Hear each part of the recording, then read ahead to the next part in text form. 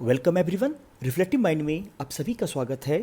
In this session we going to discuss chapter number 1 geography as a discipline from class 11 fundamentals of physical geography. The objective of this lesson are to know about the geography, nature of geography, meaning of geography and why we people have to study geography. तो इन सभी objectives को हम इस video lesson के द्वारा हम cover करने की कोशिश करेंगे। वीडियो को ध्यान से सुनेंगे और सुनते हुए वॉच करते हुए कुछ की पॉइंट्स को आप अपने कॉपी में साथ साथ लिखते हुए भी चलेंगे। You have studies geography as one of the components of your social studies course up to the secondary stage, but in the class 11 and the 12 हम लोग ज्योग्राफी को एक अलग डिसिप्लिन के फॉर्म में सोशल साइंस से हटकर एज अ ह्यूमैनिटीज हम यहाँ पे देखेंगे। यहाँ पे you already aware some of the phenomena of geographical nature in the world and its different parts. Now, geography as an independent subject and learn about the physical environment and human activities. तो geography physical environment और human activities के बीच के एक आप बोल सकते हैं इंटरेक्टिव रिलेशनशिप को क्या करता है, वो फाइंड आउट करता है। तो अगर आपसे ये सवाल पूछ लिया जाए कि ज्योग्राफी का मतलब क्या है, तो यहाँ पे आपका आंसर क्या होगा? Geography is an interactive relationship between physical environment and human activities. तो फिजिकल एनवायरनमेंट और ह्यूमन एक्टिविटीज़ के इंटरेक्टिव रिलेशनशिप को हम किस डिसिप्लिन में स्टडी करते हैं? ज्योग्राफी में करते हैं। तो यहाँ पे एक बात और क्या सामने आ रही है कि ज्योग्राफी फिजिकल फीचर्स को और ह्यूमन फीचर्स को, ज्योग्राफी फिजिकल एनवायरनमेंट को और ह्यूमन एनवायरनमेंट को, इन दोनों को अपने स्टडी के एरिया में क्या करता है? एड्रेस करता है। देयरफॉर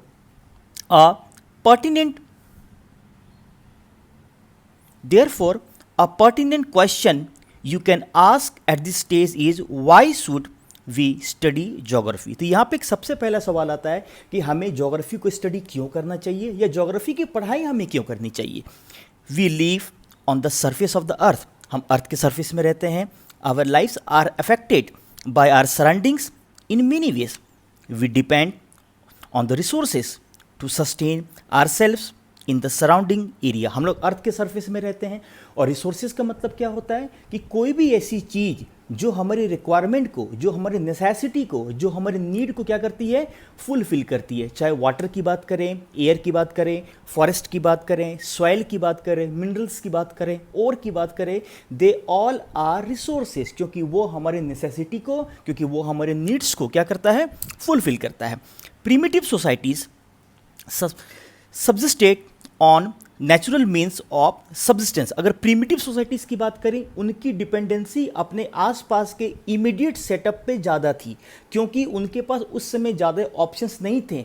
लेकिन जैसे जैसे टेक्नोलॉजिकल अवेयरनेस के द्वारा, टेक्नोलॉजिकल एनहांसमेंट के द्वारा, टेक्नोलॉजिकल डेवलपमेंट के द्वारा ह्यूमन ने अपने आप को जितना ज़्यादा टेक्नोलॉजिकली एम्पावर्ड किया, उसकी अपने आसपास के नेचर पे, उसकी अपने आसपास के सराउंडिंग पे जो एक इमीडिएट जो डिपेंडेंसी थी, वो धीरे धीरे करके कम होती गई और इंसान ने अपने आप को नेचर के चंगुल से, नेचर के शैकल से अपने आप को धीरे धीरे करके आज़ाद करना शुरू किया। वो अपने आप को नेचर से बिल्कुल फ्री नहीं कर सकता है, क्योंकि रॉ मटेरियल्स के लिए उसकी इमीडिएट जो डिपेंडेंसी है उसके नेचर पे ज़्यादा है। लेकिन फिर भी वो अपने आप को as compare to previous primitive societies, अपने आप को वो नेचर से ज़्यादा बंधा हुआ अब नहीं मानता है।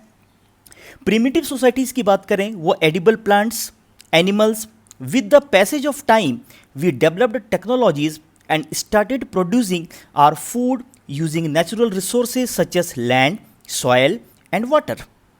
आप इस स्लाइड के द्वारा समझ सकते हैं कि कैसे ह्यूमन ने टेक्नोलॉजिकल डेवलपमेंट के द्वारा यहाँ पे ह्यूमन और एनवायरनमेंट के बीच के इंटरेक्शन को दिखाया गया है। और इस इंटरेक्शन में हमारा जो टेक है, हमारी जो टेक्नोलॉजी है, वो बहुत ही पाइवटल रोल, बहुत ही वाइटल रोल, बहुत ही की रोल प्ले करती है। टेक्नोलॉजिकल डेवलपमेंट जैसे जैसे हुआ वैसे वैसे ह्यूमन इंटरेक्शन का, ह्यूमन एनवायरनमेंट इंटरेक्शन का नेचर, उसका फीचर, उसका वे भी क्या हुआ, चेंज हुआ है।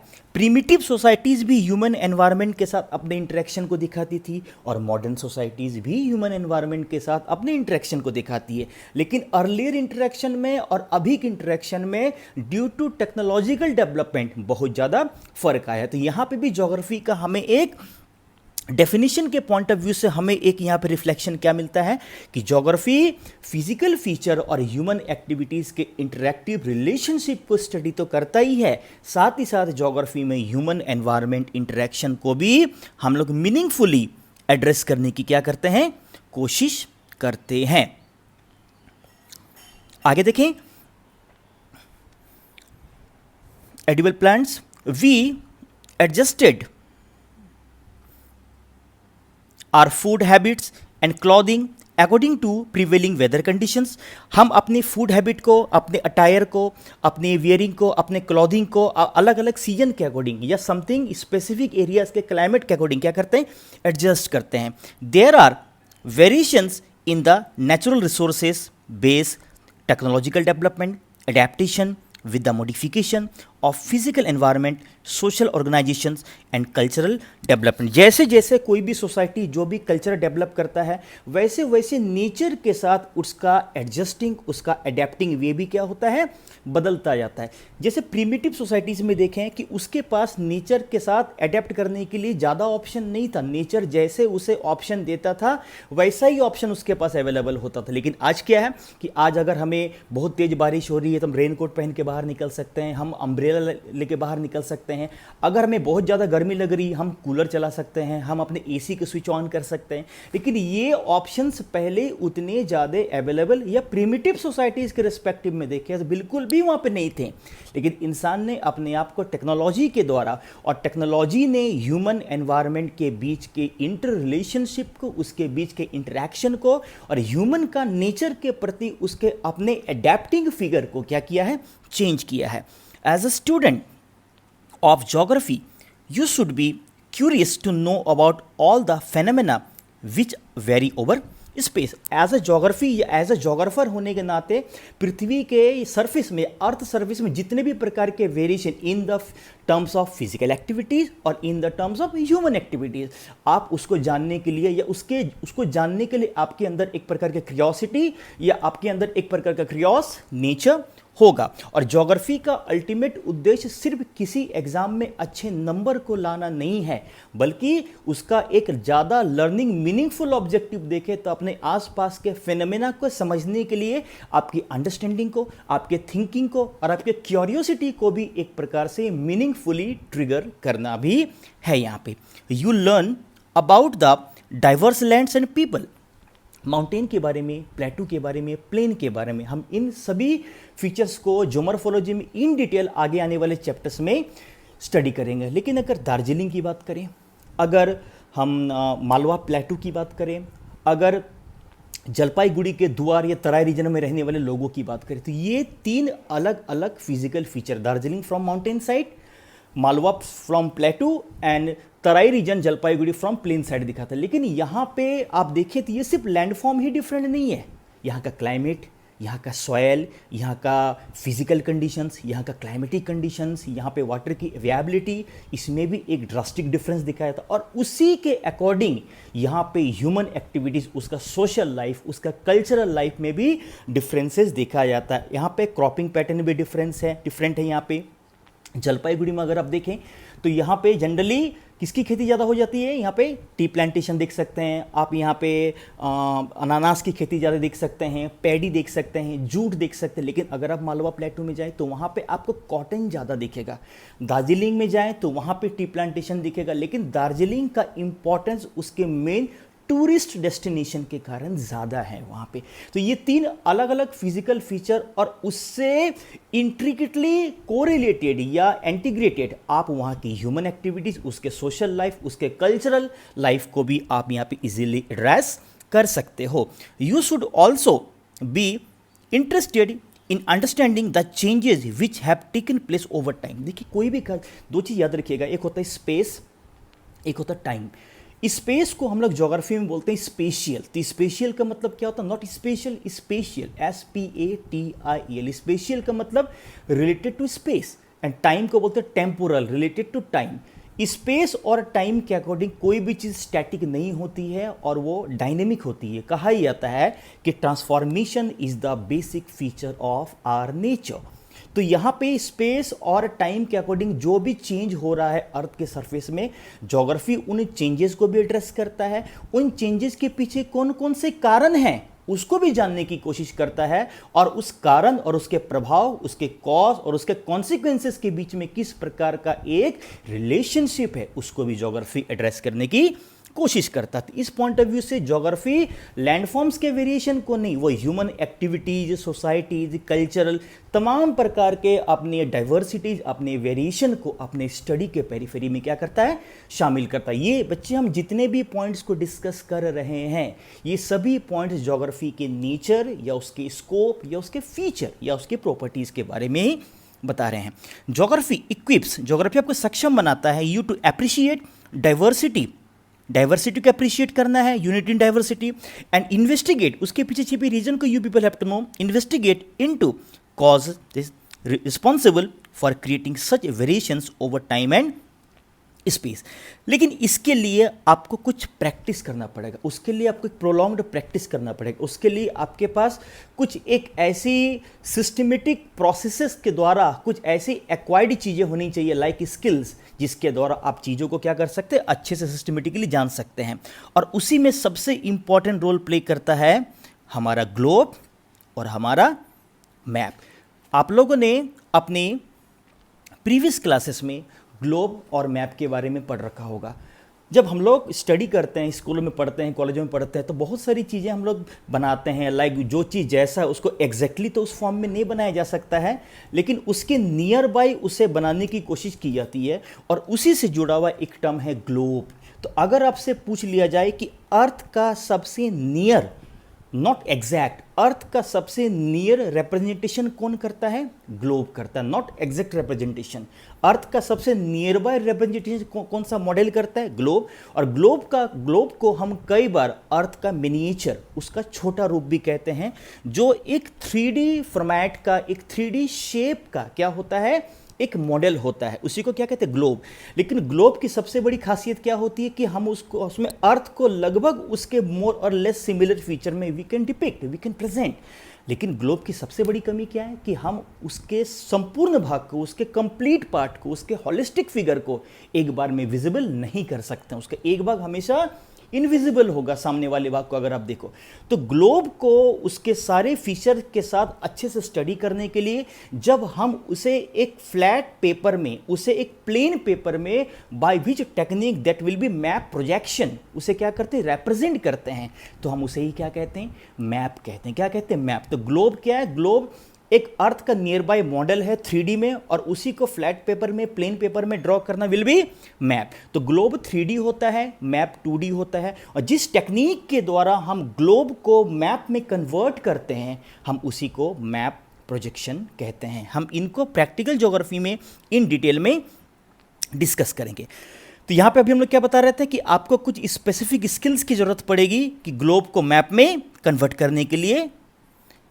आगे देखें, Earth surface, the understanding and the skills obtained in modern scientific techniques such as GIS, cartography।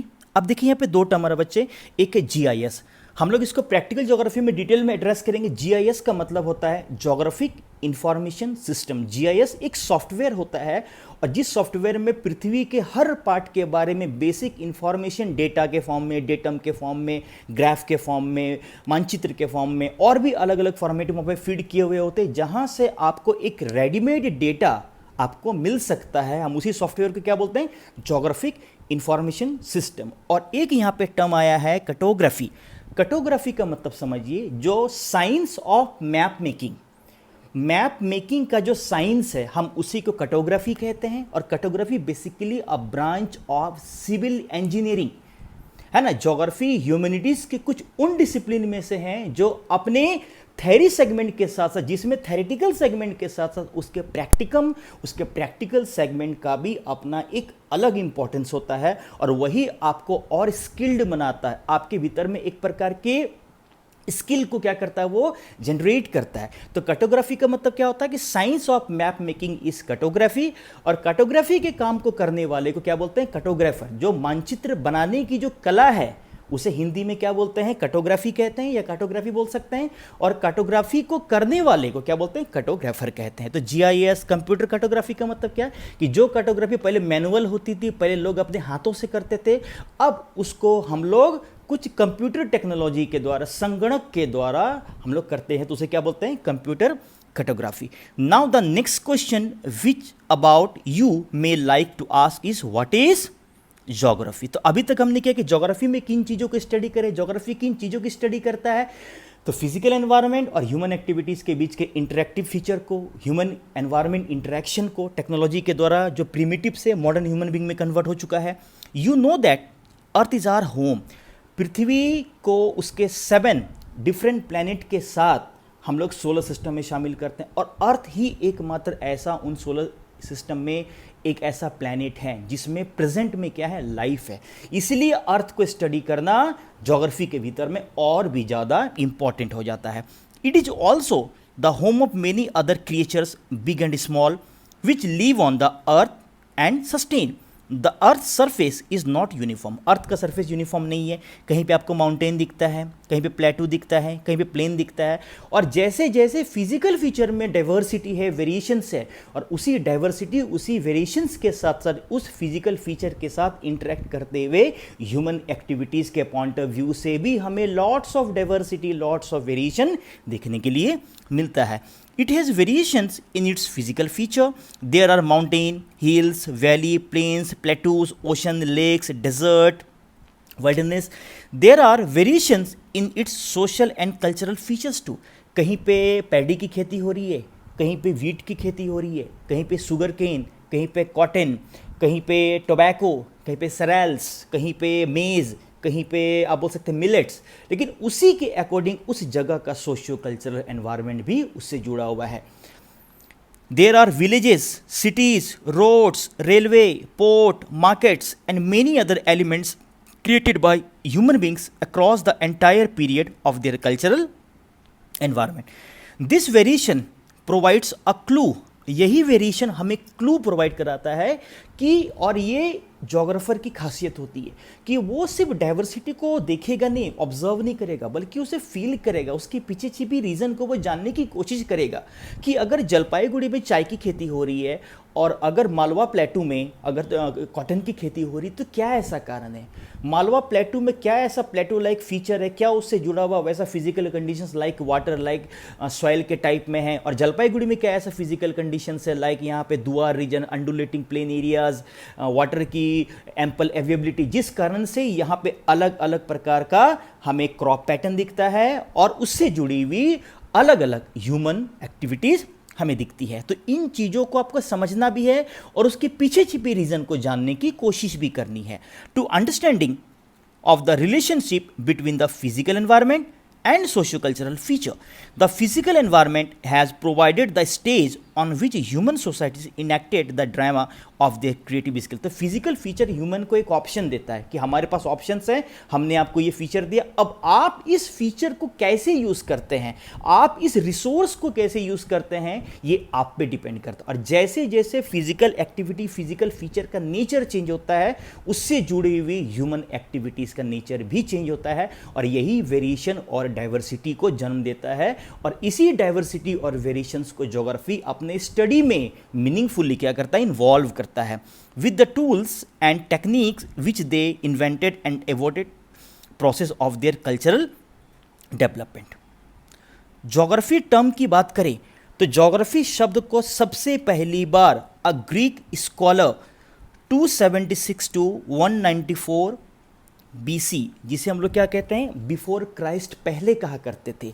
लेकिन याद रखिएगा बच्चे, आप लोग हिस्ट्री में पढ़ेंगे और क्लास 6 में आप लोगों ने पढ़ा भी होगा, अब हम BC वर्ड यूज़ नहीं करते हैं, अब हम BCE वर्ड यूज़ करते हैं। BC का मतलब बिफोर क्राइस्ट था, एडी का मतलब एनो डोमिनी होता है, आफ्टर डेथ नहीं होता है, जो आप लोगों में से कुछ लोगों को शायद पता हो।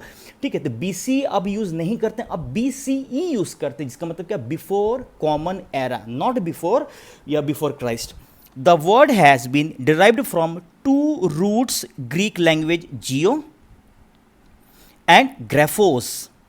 तो इस ज्योग्राफी टर्म को सबसे पहली बार कॉइन करने का जो क्रेडिट है वो किनको जाता है, वो जाता है इरेटोस्थनीज को। अगर आपसे ये सवाल पूछ लिया जाए कि ज्योग्राफी वर्ड को सबसे पहली बार यूज किसने किया, answer Greek scholar Eratosthenes. Geography के फादर कौन है, इरेटोस्थनीज। ज्योग्राफी किन दो ग्रीक टर्मिनोलॉजी से मिलके बना है, first one is geo, literal means earth, and second means is graphos, means description. तो जियो का मतलब अर्थ और ग्राफोस का मतलब ग्रीक में क्या होता है, डिस्क्रिप्शन। तो यहां पे ज्योग्राफी का लिटरल मीनिंग क्या हुआ कि description about the earth, description of the earth by Eratosthenes termed geography. तो ज्योग्राफी टर्म का यूज सबसे पहली बार 276 से 194 बीसीई में इरेटोस्थनीज ग्रीक स्कॉलर के द्वारा, फादर ऑफ ज्योग्राफी इरेटोस्थनीज। और ज्योग्राफी का मतलब क्या है, डिस्क्रिप्शन अबाउट अर्थ। डिस्कशन को आगे बढ़ाते हुए नेक्स्ट पॉइंट में है, the earth has always been seen as abode of human beings, and thus scholars define geography as the description of earth as the abode of human beings. तो human being का एक वो घर भी है वो। You are aware of the fact that earth is also multi dimensional. Multi dimensional का मतलब क्या होता है कि अर्थ के बहुत सारे आयाम हैं, बहुत सारे अलग अलग डायमेंशंस भी है, और वो डायमेंशंस को ज्योग्राफी के साथ बाकी अदर डिसिप्लिन भी क्या करते हैं, उसको अपने स्टडी में उसको प्लेस आउट करते हैं, अपने स्टडी में भी ज्योग्राफी को क्या करते हैं, स्थान देते हैं। दैट इज विच में लाइक जियोलॉजी, पेडोलॉजी। पेडोलॉजी का मतलब क्या होता है, study of science, sorry study of soil, not या science of soil. Oceanography, botany, zoology, meteorology का मतलब क्या होता है, मौसम विज्ञान। And a number of sister disciplines. ये देखिए, ये टर्म याद रखिएगा बच्चे, सिस्टर डिसिप्लिन्स का मतलब क्या होता है कि एक ही डिसिप्लिन से जुड़े हुए। सिस्टर का मतलब क्या होता है कि जो भाई बहन से जुड़े हुए होते हैं, तो एक ही डिसिप्लिन से जुड़े हुए, उसी से मोर और लेस कनेक्टेड जो होते हैं। In social science such as economics, history, sociology, political science, anthropology etcetera study different aspects of earth surface. जैसे इकोनॉमिक की बात करें, इकोनॉमिक्स की बात करें, वो इकोनॉमिक लाइफ की बात करता है। हिस्ट्री की बात करें तो history is not study of the past. आप क्लास 6 की हिस्ट्री को पढ़िए, उसमें सबसे पहले इंट्रोडक्शन में लिखा हुआ है कि हिस्ट्री पास्ट को स्टडी करता है एज वेल एज वो प्रेजेंट को भी स्टडी करता है। ओशनोग्राफी अगर बोले ओशंस के बारे में स्टडी करना, बॉटनी अगर प्लांट्स के बारे में, जूलॉजी एनिमल्स के बारे में, और मेट्रियोलॉजी नॉट मेट्रोलॉजी, मेट्रियोलॉजी किस चीज़ के बारे में, वेदर फिनोमिना के बारे में, टेम्परेचर के बारे में, रेनफॉल, मॉइस्चर, इन सब चीज़ के बारे में। Geography is different from sciences in its subject matter and methodology. Geography को साइंस से उसके सब्जेक्ट मैटर के मामले में और उसके सीखने के मामले में, उसको पढ़ाने के बारे में, सिखाने के बारे में, जिसे हम लोग क्या बोलते हैं, मेथडोलॉजी कहते हैं, उस चीज़ के मामले में ये थोड़ा डिफरेंट है। But at the same time it is closely related to other discipline. Science से डिफरेंट है सब्जेक्ट मैटर और मेथडोलॉजिकल पॉइंट ऑफ व्यू से, लेकिन इसका मतलब ये नहीं है कि वो बाकी सब्जेक्ट से कोरिलेटेड नहीं है, वो बाकी सब्जेक्ट से भी कोरिलेटेड है। Geography derives it's data based from all the natural and social sciences. तो यहाँ पे देखिए दो चीज़ें सामने आ रही है कि ज्योग्राफी की बात करें, इसमें साइंस भी है और इसमें सोशल साइंस भी। अब जब हम लोग inter relation with other subjects में पढ़ेंगे नेक्स्ट वीडियोस में, तो उसमें ज्योग्राफी का साइंस और सोशल साइंस के साथ उसके बेसिक रिलेशनशिप को भी हम डिटेल में स्टडी करेंगे। We have noted that there exist variations over the surface of the earth in its physical as well as cultural environment। तो यहाँ पे डाइवर्सिटी की बात करें, वेरिएशन की बात करें, फिजिकल फीचर में भी है, फिजिकल एनवायरनमेंट में भी है और कल्चरल एनवायरनमेंट में भी दिखता है। A number of phenomena are similar and many are dissimilar. Similar भी हैं और डिसिमिलर फेनोमेना भी है।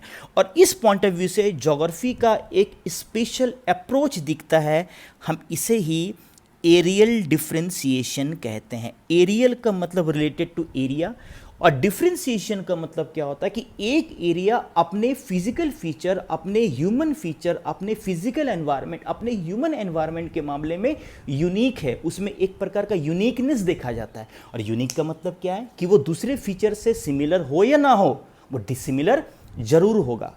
एग्जाम्पल अगर सिलीगुड़ी का लें, एग्जाम्पल अलीपुरद्वार का लें, एग्जाम्पल अगर तिरुनेलवेली फ्रॉम तमिलनाडु का कर लें, इन तीन जगहों को देखो, या अभी देखिए यहाँ पे फिजिकल एनवायरनमेंट ही सिर्फ अलग अलग नहीं है, human environment, cultural environment, human occupation, human activities, कुछ सिमिलर पॉइंट्स बेशक होंगे, हम उसको मना नहीं कर रहे हैं, लेकिन वहाँ पे डिसिमिलर फीचर्स वहाँ पे ज़्यादा हैं। क्यों हैं?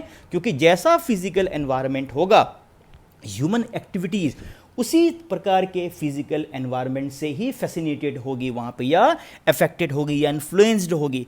दस geography was perceived to study all those phenomena which vary over space. तो वेरी ओवर स्पेस का मतलब क्या हो कि अलग अलग जगह पे अलग अलग टाइम के अकॉर्डिंग जो भी diversified variated physical feature and human activities दिखती है, ज्योग्राफी उन सभी को अपनी स्टडी में क्या करता है, शामिल करता है। और सिर्फ जोग्राफर का उद्देश्य सिर्फ उन फिजिकल वेरिड फीचर को स्टडी करना ही नहीं है, जो कि मैंने थोड़ी देर पहले बताया, बल्कि उसके पीछे छिपे कारण को भी जानना है। फॉर एग्जाम्पल अगर देखें यहाँ पे जैसा दिया हुआ है कि वेरिएशंस सॉइल के मामले में, climate, demands in market, capacity of the farmer to invest and technological inputs available to her him. This concern of geography is to find out the causal relationship. Geography का उद्देश्य उस चीज के पीछे छिपे कारण को सिर्फ जानना नहीं है, बल्कि इन फ्यूचर किस प्रकार की परिस्थितियां पैदा हो सकती है। अगर हमें लगता है कि यहाँ पे अगर पानी की कमी है और पानी की कमी के कारण यहाँ पे फसल खराब हो रहे हैं, अगर हम उस कारण को एड्रेस करते हुए अगर उसको मॉडिफाई करने की या artificial water management system as an irrigation को डेवलप करने की कोशिश नहीं करेंगे, तो इन फ्यूचर अगर वहाँ पे ड्रॉट कंडीशन, वहाँ पे फेमाइन लाइक कंडीशन पैदा होता है, तो हम उसको भी क्या कर सकते हैं, ठीक कर सकते हैं, या फ्यूचर में आने वाले बहुत से प्रॉब्लम को भी हम क्या कर सकते हैं, उसका समाधान ढूंढ सकते हैं, उसका सॉल्यूशन ढूंढ सकते हैं। और geographer explains the phenomena in a frame of cause and effect relationship, जो मैंने भी थोड़ी देर पहले बताया। The geographical phenomena both the physical and human are not static. Static नहीं है, वो स्पेशियली और टेम्पोरली, स्पेस के अकॉर्डिंग, टाइम के अकॉर्डिंग, जगह के अकॉर्डिंग, समय के अकॉर्डिंग उनमें हाईली ट्रांसफॉर्मेटिव फिगर देखने के लिए मिलता है, या उनमें हाईली डायनेमिक फिगर, या उनमें डायनेमिज्म देखने को मिलता है। They change over time as a result the interactive process between ever changing earth and untiring. Changing earth मैंने कहा जैसे जैसे परिस्थितियां बदल रही है, ह्यूमन एनवायरनमेंट चेंज हो रहा है, फिजिकल एनवायरनमेंट चेंज हो रहा है, तो ह्यूमन भी अपने आप को उस चेंजिंग फिजिकल एनवायरनमेंट के अकॉर्डिंग चेंज करता। अगर कहीं पे फ्लड लाइक सिचुएशन बन रहा है बहुत ज़्यादा, तो लोग वहाँ पे क्या करेंगे, डैम बनाएंगे वहाँ पे, ना कि फ्लड के कारण अपने आप को मजबूर करेंगे वहाँ पे। आज इंसान टेक्नोलॉजिकली इतना एम्पावर्ड हो चुका है यहाँ पे। अगर कहीं पे बहुत ज़्यादा एक्यूट वाटर शॉर्टेज है, एक्यूट स्कैरसिटी ऑफ वाटर है, तो वहाँ पे लोग इरिगेशन फैसिलिटीज़ के द्वारा वहाँ पे वाटर को मैनेज करने की, या वाटर मैनेजमेंट सिस्टम को आप बोल सकते हैं डिप्लॉय करने की कोशिश करते हैं। Human beings, primitive human societies were directly dependent on their immediate environment. Primitive human societies के पास ज़्यादा ऑप्शन नहीं था, और वहाँ पे हम लोग करेंगे 3 प्रकार के व्यूज़ ह्यूमन एनवायरनमेंट इंटरेक्शन में पढ़ते हैं। एक को बोलते हैं environmentalism, second one is possibilism, and third one is neo determinism और नियो एनवायरमेंटलिज्म। तो यहाँ पे मैं ब्रीफ में इंट्रोड्यूस कर देता हूँ, हम लोग नेक्स्ट वीडियो में या आगे आने वाली वीडियो में इन डिटेल में इस ह्यूमन एनवायरनमेंट इंटरेक्शन के 3 व्यूज़ को करेंगे। पहला व्यू है डिटर्मिनिज्म। तो डिटर्मिनिज्म का मतलब होता है डिटरमाइन।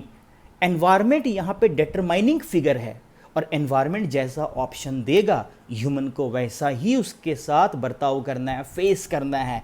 कहने का मतलब क्या है कि अगर बहुत ज़्यादा गर्मी है तो प्रिमिटिव ह्यूमन बीइंग के पास उस गर्मी में अडेप्ट करने का या उस गर्मी को बर्दाश्त करने के अलावा कोई ऑप्शन नहीं था।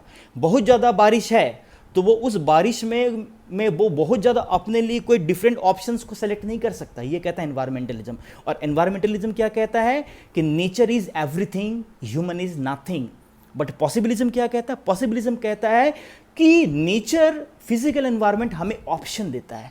हम उस ऑप्शन को एक्सेप्ट करें या ना करें, ये ह्यूमन या ये इंसान के अपने टेक्नोलॉजी पे, उसके अपने विलिंग पे, उसके अपने मर्जी पे डिपेंड करता है। लेकिन ये मर्जी कब आएगी? जब ह्यूमन इतना टेक्नोलॉजिकली सक्षम है। और पॉसिबिलिज्म में नेचर क्या, ह्यूमन क्या कहता है कि nature is never more than an adviser. Nature adviser से ज्यादा कुछ नहीं है, वो सिर्फ एडवाइजरी फिगर है, वो हमें एडवाइस कर सकता है ना, वो हमें एडवोकेसी कर सकता है, लेकिन हम उसको माने या ना माने। लाइक अगर बहुत ज़्यादा गर्मी पड़ रही है तो हमारे पास ऑप्शन है हम एसी ऑन कर लें, हमारे पास ऑप्शन है हम फैन ऑन कर लें, हमारे पास ऑप्शन है हम कूलर चला लें। लेकिन प्रिमिटिव सोसाइटीज़ के पास डिटरमाइनिंग नेचर के कारण, या आप बोल सकते हैं ये क्या बोल सकते, एक टर्म यूज़ करते हैं डोमिनेटिंग नेचर के कारण, उसके पास ज़्यादा ऑप्शन नहीं था। तो डिटर्मिनिज्म कहता है नेचर इज़ एवरीथिंग, पॉसिबिलिज्म कहता है ह्यूमन इज़ एवरीथिंग। लेकिन न्यू डिटर्मिनिज्म क्या कहता है कि नेचर ना तो सब कुछ है, ना ही ह्यूमन सब कुछ है। नेचर और एनवायरनमेंट को एक दूसरे के साथ एक्सचेंज करके, एक दूसरे के साथ कोऑपरेट करके, एक दूसरे के साथ हाथ से हाथ मिलाते हुए काम करना है, क्योंकि ह्यूमन और नेचर दोनों का अपना अलग अलग कोई भी एग्जिस्टेंस, अपना अलग अलग कोई भी वजूद नहीं है। जब तक दोनों एक दूसरे के साथ हैंड विद हैंड करके काम ना करेंगे, तब तक किसी प्रकार का डेवलपमेंट, किसी प्रकार की स्टडी और किसी प्रकार का ह्यूमन लैंडस्केप का फॉर्मेशन ही पॉसिबल नहीं है। इसलिए हम physical environment, physical geography, human geography, इन दोनों को बेशक अलग अलग सब हेडिंग के तहत ज्योग्राफी में स्टडी करते हैं, लेकिन ये दोनों वास्तव में अलग नहीं है। ये दोनों ज्योग्राफी के ही सब फील्ड्स हैं, ज्योग्राफी के ही ब्रांचेस हैं, ज्योग्राफी के ही एरियाज में आते हैं। Geography thus is concern with the study of nature and human interactions as an integrated whole. तो उसे एक दूसरे से जोड़कर सम टोटल में लेना है, इंटीग्रेटली या intricately. Human is an integral part of nature and nature has the imprints of human. Human nature का एक इंपॉर्टेंट पार्ट है और नेचर की छवि ह्यूमन पे दिखती है। इसका एग्जाम्पल के द्वारा भी थोड़ी देर में बताएंगे। Nature has influenced different aspects of human life, its imprints can be notice on food, clothing, shelter, occupation. As you already know, the present societies has passed the stage of primitive societies which were directly dependent on their immediate physical environment, जो मैंने बताया थोड़ी देर पहले। अब आगे देखेंगे क्या लिखा हुआ है यहाँ पे। With the gradual development of technology, human beings were able to loosen the shackles of their physical environment. Technology के कारण अब नेचर का उस पर उतना dominating figure as compare to earlier primitive societies अब नहीं दिखता है। Technology helped in reducing the harshness of labor, increased labor efficiency, and provided leisure human beings to attend to higher needs in life. The interaction between physical environment and human beings has been very succinctly described by a poet. You created the soil, I created the cup. Nature ने, अब देखिए इस example के द्वारा यहाँ पे human environment interaction का बड़ा नायाब एग्जाम्पल दिखता है। नेचर ने हमें सॉइल दिया, हमने कप बना लिया। उसने रोटेशनल ऑफ द अर्थ के कारण नाइट क्रिएट किया, हमने टेबल लैम्प बना लिए, हमने ट्यूबलाइट बना लिया, हमने लीड बना लिया, हमने एलसीडी डेवलप कर लिया। You created wildness, hilly terrains and desert, created flower beds, gardens. Human beings have claimed their contribution using natural resources. With the help of technology, human beings moved from the stage of necessity, जो determinism दिखाता है, to stage of freedom, जो possibilism दिखाता है। तो freedom में human के पास options है। नेचर एक एडवाइजरी बॉडी है, लेकिन नेसेसिटी में ह्यूमन मजबूर है। जैसा एनवायरनमेंट फिगर प्रोवाइड करा रहा है, ह्यूमन को मानने के लिए वहाँ पे मजबूर होना पड़ रहा है। They have put their imprints everywhere and created new possibilities in collaboration with nature. तो जब तक आप नेचर के साथ कोलैबोरेट नहीं करेंगे, तब तक किसी प्रकार का ह्यूमन लैंडस्केप डेवलप ही नहीं हो सकता। मत भूलिए, यहाँ पे सबसे इंपॉर्टेंट जो है वो नेचर है, और उसी के साथ अपने इंपॉर्टेंस को देखते हुए ह्यूमन अपने लैंडस्केप को डेवलप करता है। थोड़ी देर पहले जो हमने 3 व्यू बताया था, determinism, possibilism and new determinism, तो उसी डिटर्मिनिज्म का ही एक अलग नाम है, इसको कहते हैं नेचुरलाइजिंग ह्यूमन, और उसी पॉसिबिलिज्म का ही एक और नाम है ह्यूमनाइजिंग नेचर। तो नेचर को ह्यूमन ने अपने अकॉर्डिंग चेंज किया, so that will be humanising, है ना। नेचर ने ह्यूमन को अपने अकॉर्डिंग चेंज किया, सो दैट विल बी नेचुरलाइजिंग और naturalised. The space got organized with the help of the means of transportation and communication network, the links and notes. इसे हम अगले वीडियो में इन डिटेल में और बाकी चीज़ों को हम अपने वीडियो सेशन के द्वारा उसे इन्वॉल्व करने की और मीनिंगफुली एड्रेस करने की कोशिश करेंगे. आई होप इस डिस्कशन के द्वारा ज्योग्राफी के नेचर के बारे में, मीनिंग के बारे में, ज्योग्राफी क्या है, ज्योग्राफी को हम स्टूडेंट्स को, हम लर्नर्स को या हम ज्योग्राफर्स को क्यों स्टडी करनी चाहिए और ज्योग्राफी का क्या ऑब्जेक्टिव ओवरऑल हमें दिखता है, इन सभी बेसिक क्वेश्चंस के आंसर आपको इस वीडियो सेशन को वॉच करते हुए मेरे ख्याल से मिल पाए होंगे. किसी प्रकार के अगर आप डाउट को देखते हैं तो आप अपने डाउट को वीडियो सेशन में या इस वीडियो के कमेंट बॉक्स में जाके आप उसे रख सकते हैं. मैं मैक्सिमम क्वेश्चंस के आंसर करने की पूरी कोशिश करूंगा. So thank you so much all.